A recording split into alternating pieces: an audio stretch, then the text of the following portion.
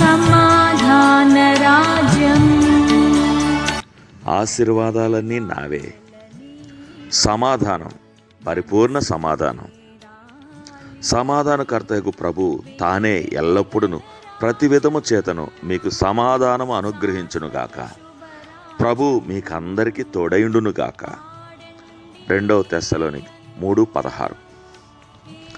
రక్షణ వరాల్లో మొదటిది దేవునికి పాపికి మధ్య సమాధానం. ఈ సమాధానానికి సంబంధించి అత్యంత గాఢమైన సత్యం రోమా 5:1 పేర్కొనబడింది. కాబట్టి విశ్వాస మూలమున మనము నీతిమంతులుగా తీర్చబడి మన ప్రభు అయిన యేసుక్రీస్తు ద్వారా దేవునితో సమాధానం కలిగి ఉందము. ఇదే మన పాపం పట్ల ఉన్న దేవుని శత్రుత్వానికి ముగింపు. ఎందుకంటే మన పాప స్వభావం మరియు క్రీస్తు చాలిన బలియాగమును గురించిన వాక్యమందలి నమ్మకానికి తగిన రుజువుగా దేవుడు మన విశ్వాసాన్ని లెక్కిస్తాడు. దేవునితో సంబంధం పూర్తిగా మారుతుంది. క్రీస్తులోని దేవుని సమాధానం నిలిచే సన్నిధిగా మనలో విశ్రమించడానికి వస్తుంది. సమాధానపతి అయిన క్రీస్తు మనలో ఉన్నాడు గనుక మనకు సమాధానం ఉంది.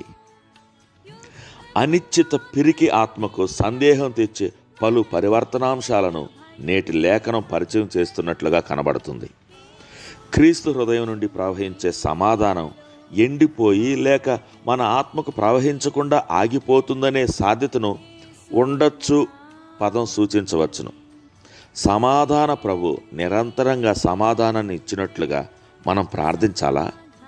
సమాధాన దేవుడు విరమించి తాజా సమాధానం కోసం చేసే క్రొత్త ప్రార్థన కోసం వేచి ఉన్నాడా?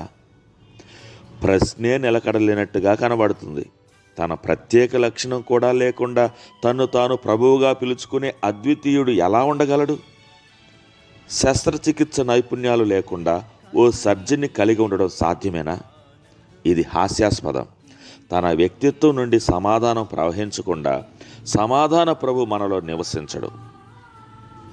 మన ఆలోచనకు కొత్త సమస్య వచ్చింది. సమాధాన ప్రభు నివసిస్తున్నాడు గనుక మనం ఎందుకు ఎల్లప్పుడూ ఆయన సమాధానాన్ని అనుభవించం? సమాధానం ఇవ్వకపోవడం ఆయన వైఫల్యమా లేక పొందుకోకపోవడం నా వైఫల్యమా? ఆయన ఎలాంటి మార్పు లేదు గనుక అది నా అవిశ్వాసం లేక అవిధేయతే. దేవుడిచ్చే ధారాళమైన సమాధానం నేను పొందుకోలేకపోతే ఆయన నిందించలేను. దానికోసం నేను ప్రార్థించాల్సిన అవసరం లేదు. సమస్తంలో దేవుని సమాధానాన్ని అనుభవించడానికి నా అవిశ్వాసాన్ని పాపాన్ని ఒప్పుకోవాలి. మనం పండుకొని శస్త్రచికిత్సకు అనుమతించాలని సర్జన్ ఎదురుచూస్తున్నాడు. అలాగే క్రీస్తు మన కోసం ఎప్పుడూ ఎదురుచూస్తున్నాడు. ప్రభువు మీకందరికి తోడైండునుగాక అని పౌలు రాశాడు.